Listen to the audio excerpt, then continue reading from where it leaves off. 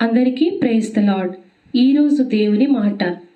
విశ్వాసము లేకుండా దేవునికి ఇష్టుడైండుట అసాధ్యము.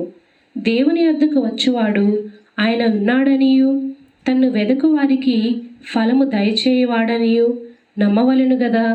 హెబ్రీలకు 11:6. ఈ వచనం క్రైస్తవ జీవితానికి పునాది అయిన విశ్వాసం గురించి బోధిస్తుంది. దేవుడు మన బాహ్య క్రియల కంటే ముందు మన హృదయంలోని విశ్వాసాన్ని చూస్తాడు.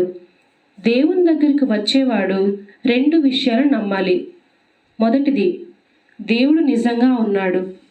రెండవది, ఆయనను హృదయపూర్వకంగా వెదికే వారిని ఆశీర్వదించి ప్రతిఫలమిస్తాడు.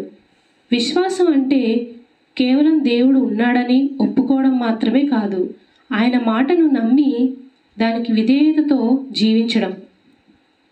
కాబట్టి ఈరోజు పరిస్థితులు ఎలా ఉన్నా దేవునిపై విశ్వాసం ఉంచి ఆయనను వెదకండి. విశ్వాసంతో నడిచేవారిని దేవుడు ఎప్పుడూ నిరాశపరచడు. అబ్రహామును దేవుడు అన్ని విషయాలలో వర్ధిల్లజేశాడు. దేవునిపై పూర్తి విశ్వాసం ఉంచాడు గనుక అబ్రహాముని దేవుడు వర్ధిల్లజేశాడు. ఆదికాండం 24:1 ఉంటుంది. God bless you.